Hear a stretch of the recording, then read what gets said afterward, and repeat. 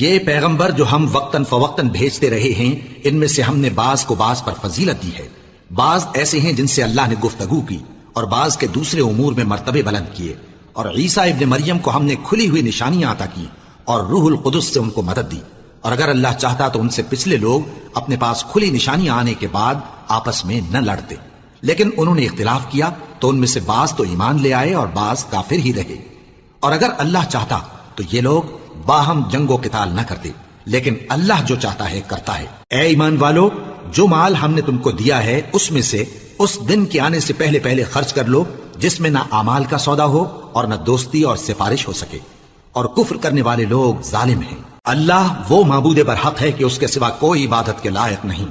زندہ ہے، سب کو تھامنے والا، اسے نہ اونگ آتی ہے نہ نیند، جو کچھ آسمانوں میں اور جو کچھ زمین میں ہے سب اسی کا ہے۔ کون ہے کہ اس کی اجازت کے بغیر اس سے کسی کی سفارش کر سکے؟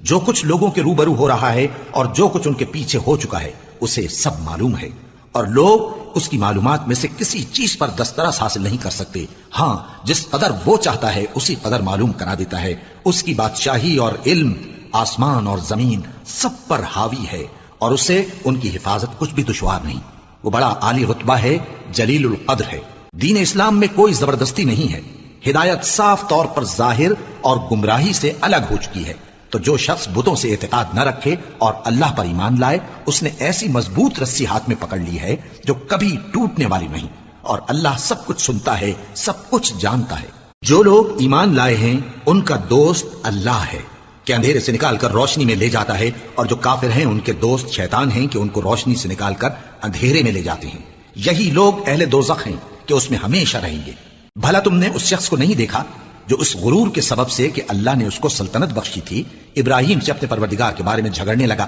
جب ابراہیم نے کہا میرا پروردگار تو وہ ہے جو زندگی دیتا ہے اور موت دیتا ہے، وہ بولا کہ زندگی اور موت تو میں بھی دے سکتا ہوں۔ ابراہیم نے کہا کہ اللہ تو سورج کو مشرق سے نکالتا ہے، آپ اسے مغرب سے نکال دیجیے۔ یہ سن کر وہ کافر ہکا بکا رہ گیا، اور اللہ بے انصافوں کو ہدایت نہیں دیا کرتا۔ یا اسی طرح اس شخص کو نہیں دیکھا جس کا ایک بستی پر جو اپنی چھتوں پر گری پڑی تھی گزر ہوا، تو اس نے کہا کہ اللہ اس کے باشندوں کو مرنے کے بعد کیوں کر زندہ کرے گا؟ تو اللہ نے اس کی روح قبض کر لی اور 100 برس تک اس کو مردہ رکھا،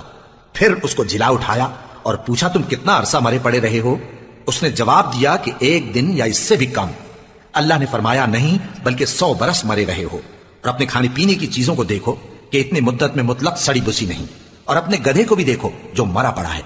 غرض ان باتوں سے یہ ہے کہ ہم تم کو لوگوں کے لیے اپنی قدرت کی نشانی بنائیں،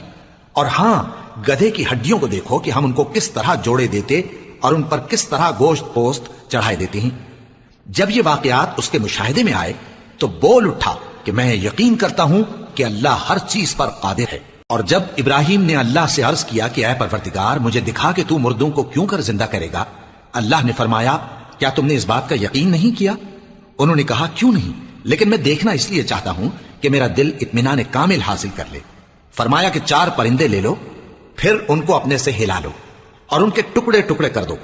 پھر ان کا ایک ایک ٹکڑا ہر ایک پہاڑ پر رکھ دو، پھر ان کو بلاؤ تو وہ تمہارے پاس دوڑتے چلے آئیں گے، اور جان رکھو کہ اللہ غالب ہے، صاحب حکمت ہے۔ جو لوگ اپنا مال اللہ کی راہ میں خرچ کرتے ہیں ان کے مال کی مثال اس دانے کی سی ہے جس سے 7 بالیں اگیں اور ہر ایک بال میں 100 دانے ہوں، اور اللہ جس کے اجر کو چاہتا ہے اور زیادہ کرتا ہے، اور اللہ کشائش والا ہے، سب کچھ جاننے والا ہے۔ جو لوگ اپنا مال اللہ کے راستے میں صرف کرتے ہیں پھر اس کے بعد نہ اس خرچ کا کسی پر احسان رکھتے ہیں اور نہ کسی کو تکلیف دیتے ہیں، ان کا صلہ ان کے پروردگار کے پاس تیار ہے، اور قیامت کے روز نہ ان کو کچھ خوف ہوگا اور نہ وہ غمگین ہوں گے۔